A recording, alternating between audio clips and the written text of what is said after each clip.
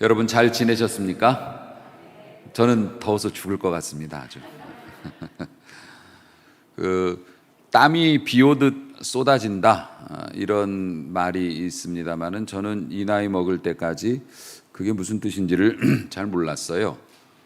그런데 주중에 날이 더운데 밖에서 무슨 일을 좀 하느라고 허리를 이렇게 숙여서 땅에 있는 것들을 이렇게 좀 만지고 있는데, 이 얼굴과 머리에서 땀이 후두둑 떨어지는데 보니까 이렇게 막 비가 오기 시작할 때 빗방울이 막 후두둑 떨어지잖아요. 그렇게 땀이 떨어지더라고요. 아, 그래서 땀이 비 오듯 한다는 게 이런 거구나. 뭐 알아서 뭐 그렇게 썩 유익한 건 없지만 어쨌든 알게 됐습니다. 사람들이 그런 것들을 경험하고 사는 거죠. 어렵고 힘든 삶을 살고 있다는 것이겠죠. 무더운 날씨, 그리고 TV를 켜면 들려오는 흉흉한 소문들, 그리고 특별히 경제적인 지표들이 굉장히 좋지 않아서 또 생활하는데 경제적으로 많은 어려움, 그래서 걱정도 되고 모두가 힘든 시기를 살고 있죠. 그래서 그런 만큼 우리들의 건강, 몸도 또 우리들의 영적인 건강, 영혼도 길을 잃고 넘어지기가 쉬운 시대를 살고 있는 겁니다. 그래서 은혜가 더 필요한 시대인 것이죠. 예배 전에 전도사님과 잠깐 이야기를 하면서 나는 목회를 이제는 마무리를 짓는 시점이 더 가까워진, 그러니까 목회를 이제 오래 했고, 그런데 우리 후배들은 어떻게 목회를 할 수 있을까 너무 걱정이다 라는 이야기를 하면서 서 있었습니다. 그러니까 예전과는 교회의 구성원들이나 목회 환경도 많이 달라졌죠. 많이 달라졌고, 그게 옳고 그름을 떠나서 많이 달라진 건 사실입니다.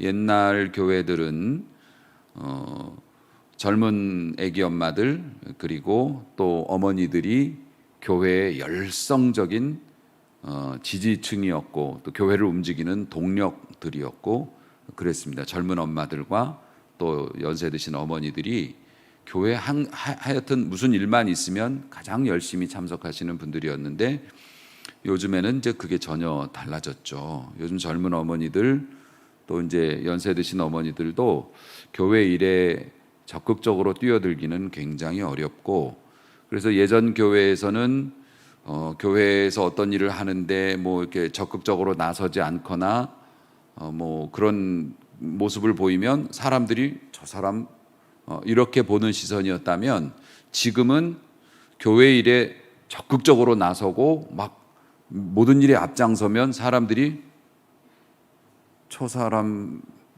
좀 이상하게 믿는 거 아니야? 뭐 이렇게 바라보는 시기가 됐단 말입니다. 그런 시기이기 때문에 목회 교회 환경이 굉장히 안 좋아진 거죠. 유럽의 교회도 몇십 년 전만 해도 유럽 사람들의 80%, 거의 90% 정도가 교회 출석을 했죠. 지금은 5% 미만입니다. 그래서 수많은 역사 깊은 교회들이 매물로 나와서 나이트클럽이 된다든가, 뭐 그림을 전시하는 공간이 된다든가, 뭐 술집이 되고, 이래서 큰 사회 문제가 대두가 되고 있는데, 그런 움직임이 이제 우리나라에도 오게 된다는 거죠. 그러니까 여러분은 괜찮은 겁니다. 우리의 자녀들이 그런 환경 속에서 삶을 살아가야 한다는 것이죠. 물론 하나님의 은혜를 받는 방법과 또 하나님의 은혜를 누리는 모습은 일괄적이지 않습니다. 광야 시대에 은혜 받고 은혜 누리던 모습과 현대 시대의 모습이 같을 수가 없어요. 30년 전에 은혜 생활하고 그럴 때의 모습과 현대의 모습이 같을 수 없고, 물론 지금 이 시대에 하나님의 은혜와 역사가 더 적어졌느냐라고, 그렇게 적어졌다고 말할 수 있는 시대에 누구도 자신 있게 말할 수는 없지만 어쨌든 걱정되는 것은 사실입니다. 일단 우리만 해도 여러분들이 교회 왜 나오시는 겁니까? 물론 다녔던 것이고 관성에 의해서 나오기도 하고 또 내가 믿음 생활하는 사람이니까 교회를 정하고 교회 일원이 되어서 예배를 이 시간에 드리는 것 때문에 하는 것도 있지만 어쨌든 어떤 이유였던지 간에 여러분이 교회 나와서 믿졌다 생각되면 교회를 안 나올 겁니다. 우리가 교회에 나와서 돈을 벌려고 하는 것은 아니지만 교회에 나왔으면 위로를 받든지 은혜를 받든지 뭐 그런 건 있어야 될 거 아닙니까? 우리도 영적인 뭔가를 얻어서 가야지.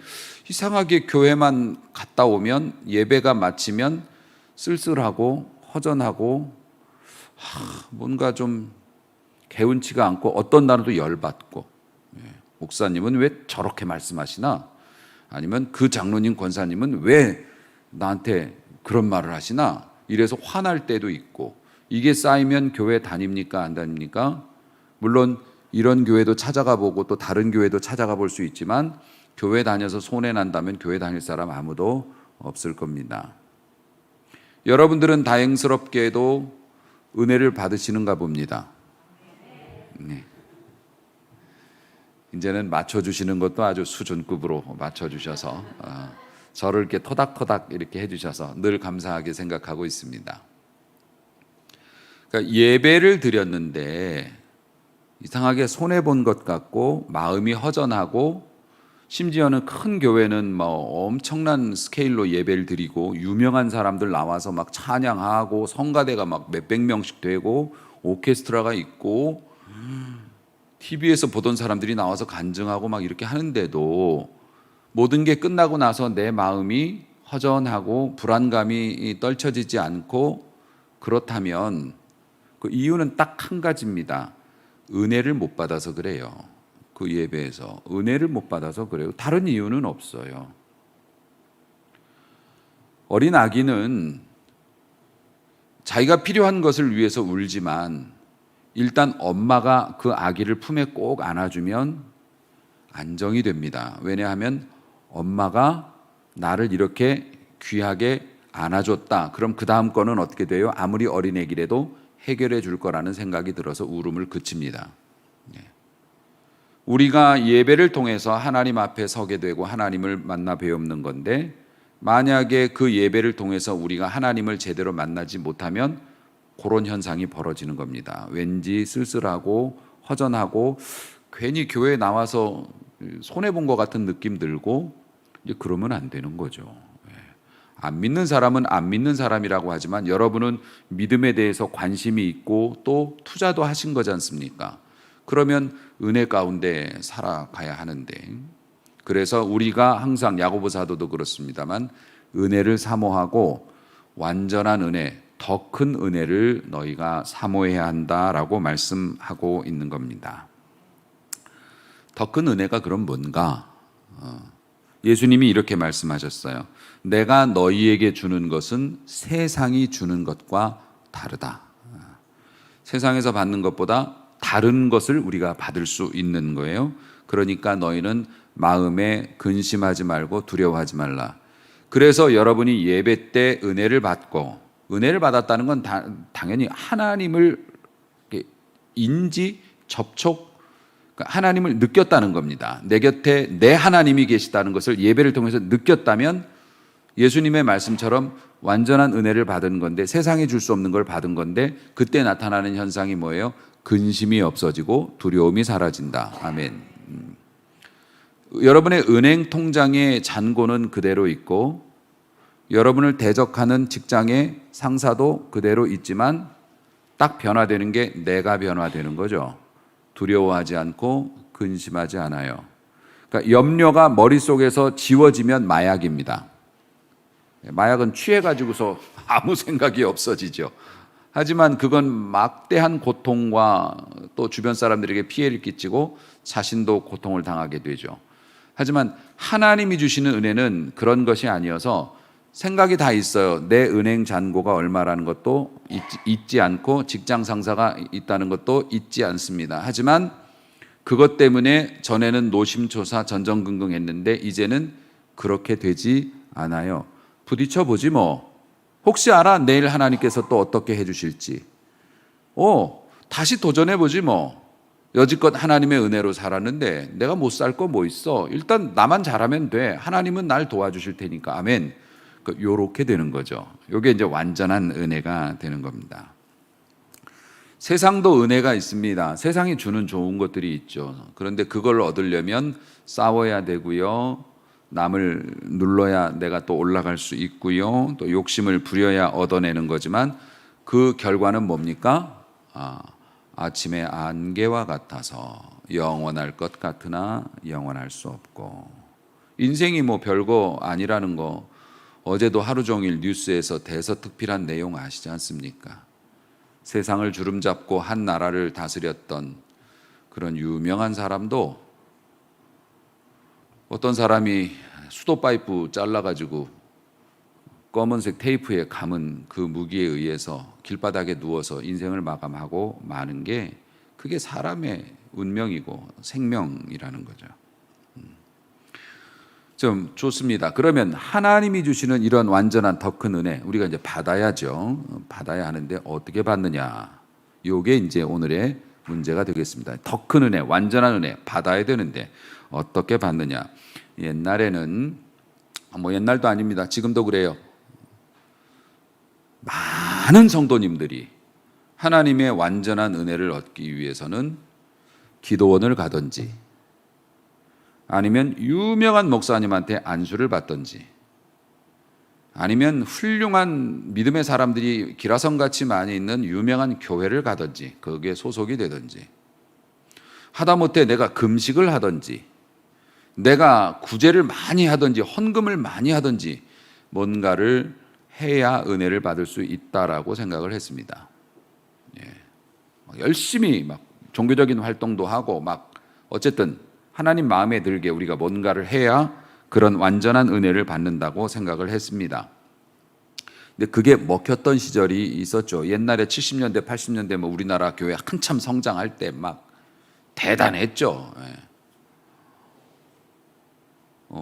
그래서 지금은 이제 시대가 바뀌었어도 지금도 우리의 마음속에는 아니라고 하지만 그런 게 있습니다. 어떻게 맨입으로 은혜를 받겠어? 뭔가 특별한 일을 해야 특별한 은혜를 받는 거 아니겠어? 이런 생각들을 가지고 살아갑니다. 그래서 행위의 목을 매는 거죠.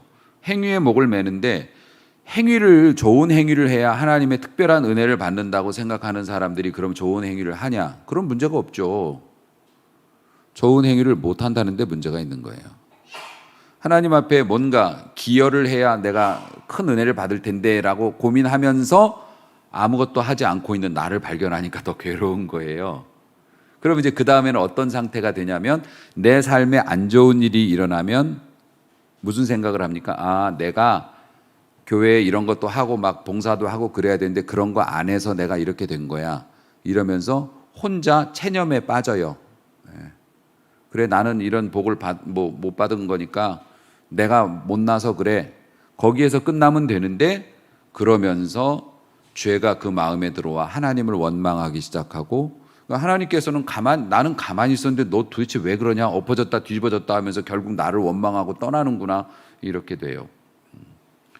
다시 정리합니다. 하나님의 큰 은혜를 받기 위해서 우리가 뭔가를 해야 된다고 생각을 하는데 그렇게 해야 된다고 생각하는 게 맞는데 1등 하려면 공부해야 된다고 생각하는데 공부를 안 하고 있는 나를 보는 거죠.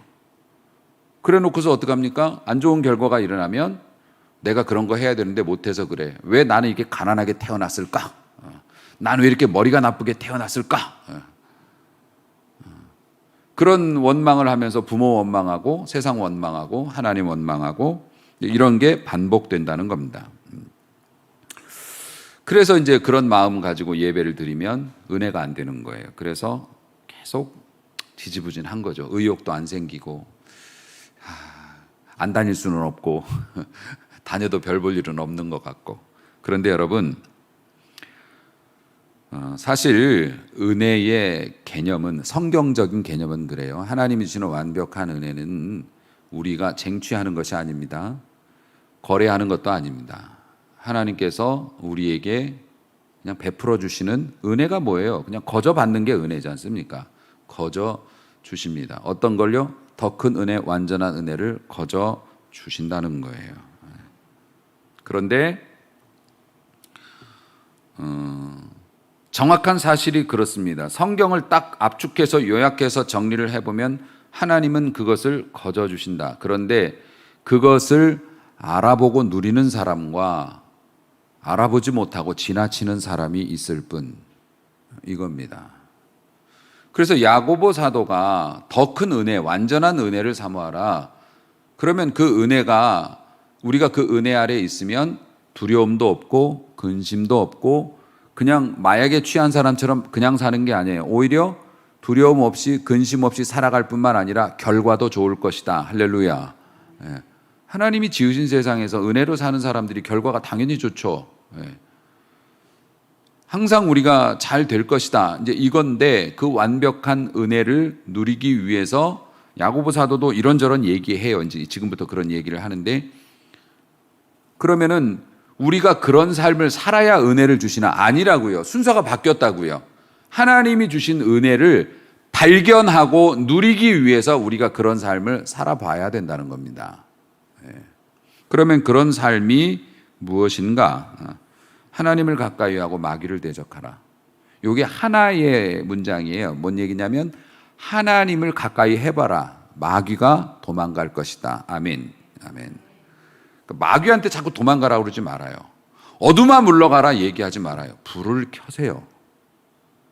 불을 켜면 어둠은 우리가 소리 안 질러도 도망을 갑니다.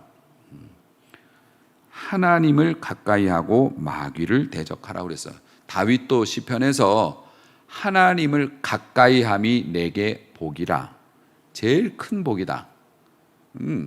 어린아기가 무능력한데 그 어린아기가 아주 행복한 삶을 살기 위해서 딱 하나 필요한 게 뭡니까? 엄마 아빠에게 가까이 붙어 있는 거. 그럼 다 해결되는 거예요. 내가 알지 못하던 것까지 채워주시잖아요, 엄마 아빠는. 그런 내용입니다. 그러니까 완벽하고 더 큰 은혜, 하나님의 임재를 체험하기 위해서 우리가 무엇을 노력하고 힘쓰고 투쟁하는 것이 아니라 하나님을 가까이 함으로 이 모든 문제는 해결이 될 수 있다. 그러니까 하나님께 가까이 하라는 그럼 또 뭔가? 하나님이 어디 계시고 하나님이 보이지도 않는데 어떻게 가까이 갈 수 있겠는가? 하나님을 가까이 하는 방법은 제가 누차 설교합니다마는 다른 게 없습니다. 하나님과 우리 사이에 장애물을 제거하면 되는 거예요. 벽을 털면 되는 겁니다. 그 장애물이 뭔 줄 아십니까? 죄악인데 그 죄악으로 가장 잘 만들어진 결과물이 뭐냐면 불순종이에요.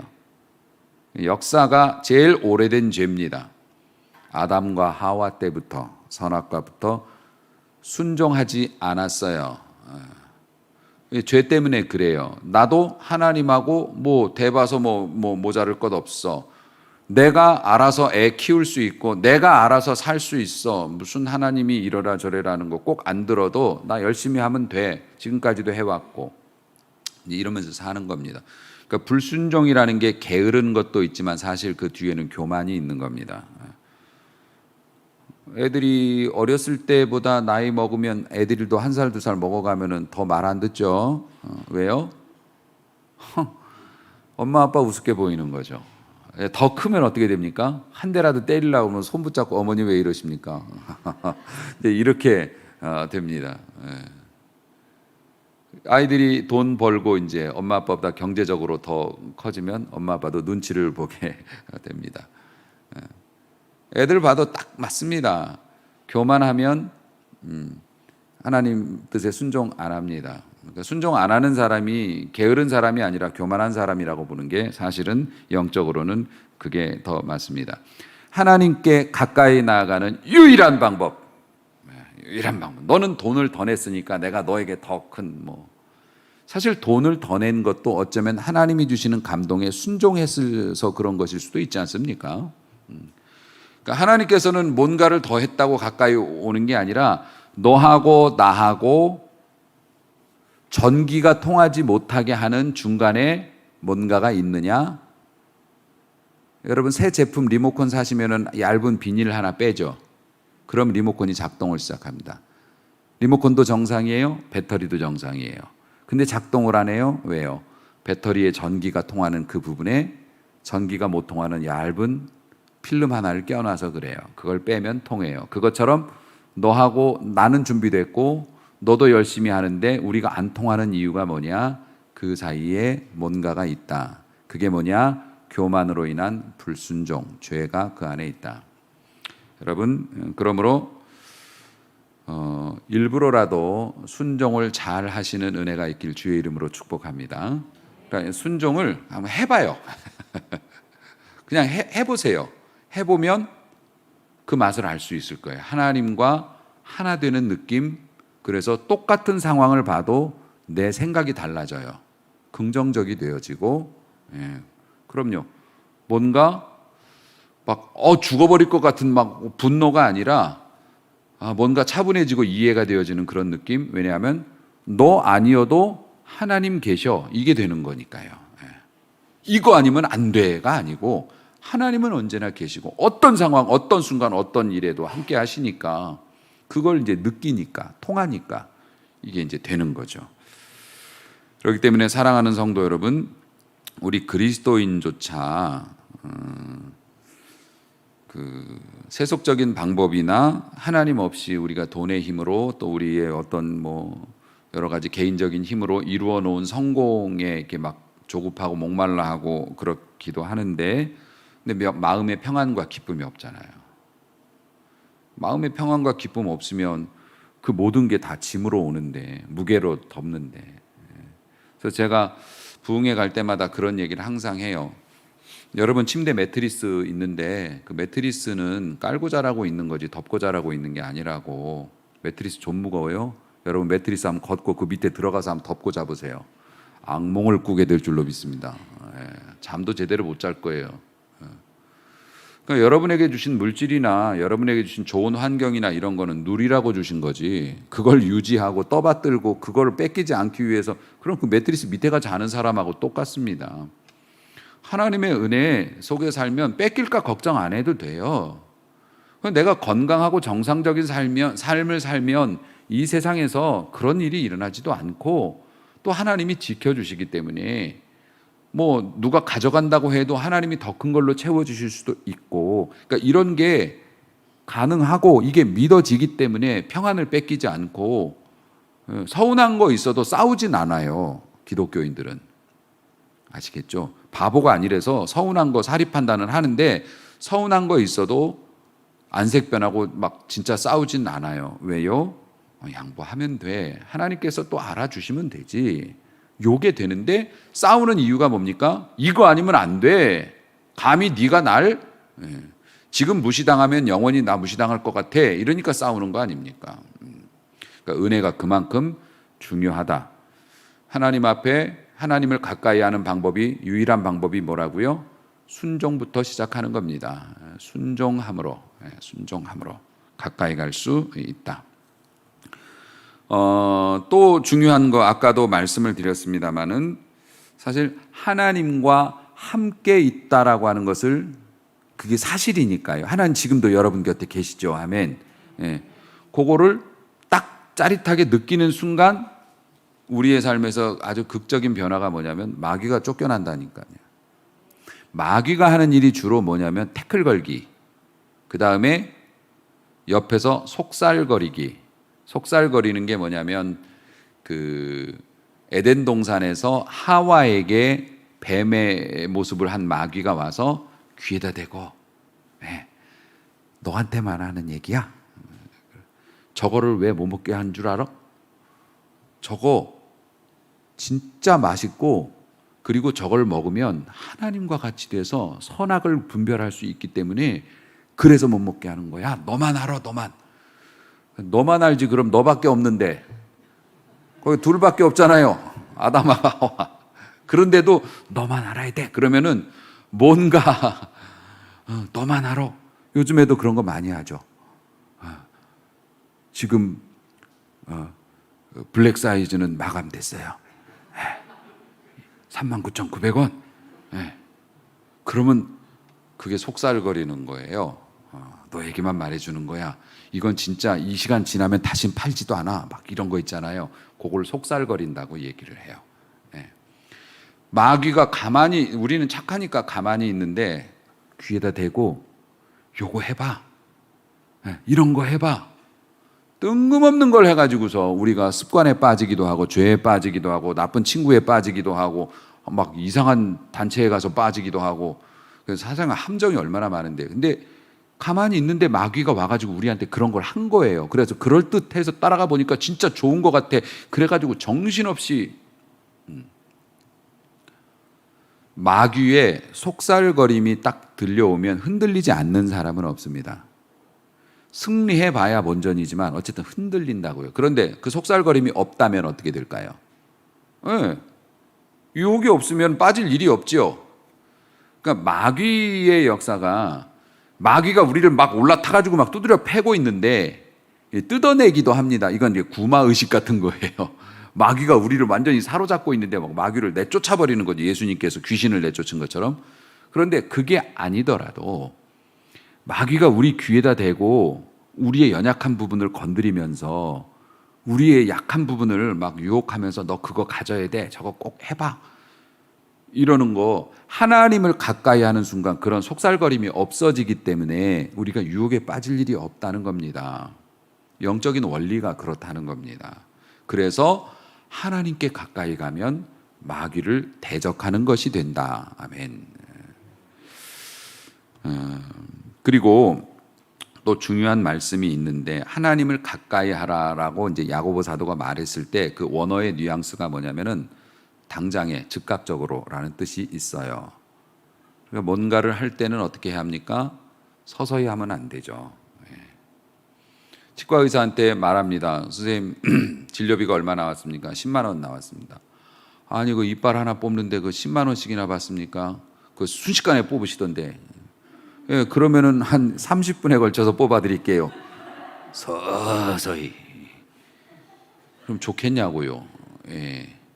하나님 앞에 일을 하는 것, 특히 선한 일을 할 때는 놔두면은 마귀가 약을 탑니다. 물을 타고 흐려져요. 그래서 항상 처음 먹은 마음이 하나님이 주시는 마음. 집에 가면 중간에 좀 깎어, 또 마귀가. 예, 또 거기서 뭐 누구 만나서 얘기하고 애들 보고 또 뭐 이렇게 주변 얘기 또 들어보면 입장이 또 슬슬 바뀌어요. 그래서 나중에는 어떻게 돼요? 그 마음 지키지 못해요. 하나님을 가까이 하기를 원하는 자는 즉각적으로 순종하라. 내일 방을 치울 거야. 그 방은 치워지지 않을 거예요. 네. 마음이 먹었으면 즉각, 특히 영적인 일은 더 그렇다. 그러므로 단호하게 그렇게 하라. 지체하지 말고 하라라는 의미가 있다는 것입니다. 하나님께 복종하는 일은 강경하게 해야 된다고 그랬어요. 강경하고 단호하게 해야 한다. 그리고 야고보 사도가 또 얘기합니다. 손을 깨끗하게 하라고. 그러니까 사람들은 손을 깨끗하게 하면 하나님의 은혜를 받을 수 있어라고 생각을 하지만 그게 바뀌었다는 거예요. 하나님의 은혜가 이미 너한테 있으니까 손을 깨끗이 하고 그걸 손을 깨끗이 하면 알아볼 수 있고 누릴 수 있다. 네 것인 줄을 확인할 수 있다. 이런 의미예요. 하나님의 은혜는 이미 주어져 있는데 손을 깨끗이 하는 자가 그 은혜를 알아보고 할 수 있다. 손을 깨끗이 한다는 것은 우리 행실에 관한 문제죠. 뭐 그건 설명할 필요도 없어요. 행동 제대로 해라. 깨끗하게 해라. 예수님께서는 그런 말씀도, 손과 발이 너희를 범죄하게 하면 그걸 찍어버리라라고도 말씀하셨어요. 차라리 없는 채로 천국 가는 게 낫지 손발 다 가지고 지옥 가는 것보단 그게 낫다라고 할 정도로 단호하게 역사하라고 했어요. 그러니까 죄의 욕망을 단호하게 찍어내지 않는다면 절대로 그것을 이길 수 없을 것이다. 그러니까 손을 깨끗이 하라라고 하는 것, 여러분, 행동에서, 행실에서 다른 사람에게 비난을 받는 사람이 무슨 하나님의 은혜를 누려요. 그건 사실 말도 안 되는 얘기죠. 어떻게 경건한 은혜를 받을 수가 있겠어요. 그건 가장 기본적인 문제고, 또 야고보 사도는 두 마음을 품은 자들에 대해서 경고를 합니다. 두 마음을 품은 자들은 원어의 의미는 두 영을 가진 자. 영이 두 개야. 악령과 성령, 그 둘이 그거를 세상에서는 일석이조라는 말로도 표현하는데요. 꿩도 잡고 알도 먹고 도랑도 치고 가재도 잡고 뭐 그런 얘기들이 있죠. 근데 물론 뭐 그렇게 하면 좋고 가끔 그런 일이 벌어질 수도 있지만은 하나님의 백성이 하나님도 섬기고 세상 복도 받고는 불가능한 일이에요. 그러니까 세상 복이라는 건 세상이 주는 그 즐거움도 누리고 하나님을 섬기는 기쁨도 누리고, 이건 불가능한 일이라고. 그러니까 세상 복이라고 하면 뭐 물질, 권세 계속 이렇게 얘기하는데, 왜 물질과 권세, 하나님이 주시는 물질과 권세 받아야죠. 세상적인 방법으로 쟁취한 거 말고. 사랑하는 성도 여러분, 하나님께서 말라기 선지자의 시절에 이제 이런 말씀을 하셨어요. 나는 너희들이 가져오는 재물이 너무 힘들다. 너희들이 많이 헌금을 하는데 너희들이 헌금 받는 게 너무 힘들어. 왜냐하면 너희들이 부정한 짓을 저지르고 사기를 치고 가난한 사람들을 착취해가지고 돈을 벌어서 그걸 가지고 11조를 내는데 나 그거 받는 게 너무 힘들고, 그래서 누군가 강제로 교회 문을 그냥 닫아줬으면 좋겠어. 나 그거 받는 거 너희들이 나한테 바친다고 자꾸 바치는데 나는 그거 못 받아. 받고 싶지 않아. 그러니까 당시에는 이제 눈먼 것, 저는 것을 제물로 바쳤다는 거예요. 하나님께 제사를 드려요. 그러니까 예배를 드리는 거죠. 예배를 드리면서 헌금을 해요. 헌금을 하는데 당시에는 양이나 소 뭐 이런 것들, 가난한 사람은 비둘기 뭐 이런 거 가져다가 이제 바치는 거죠. 바치는데 사람이라는 게 고르거든. 은혜의 전당이라고 하는 교회에서도 배식을 할 때 돈가스 크기를 보죠. 그럼요. 무의식적으로 봐요. 고르죠. 아, 이게 더 커 보여. 이게 더 많아 보여. 이걸 선택하는 건 사람의 기본적인 그게 생존 본능이고, 또 그것 때문에 사람이 발전하는 거니까. 하나님께 제물을 바치는데 양을 이제 한 마리 바치고 싶은데 양을 바치는 데까지는 됐어요. 근데 양을 바치는데 보니까 다리를 절고 약간 애가 상태가 안 좋은 애가 있어요. 얘 내일 정도면 죽을 것 같아. 근데 그건 이제 값이 안 나가잖아요. 5만 원.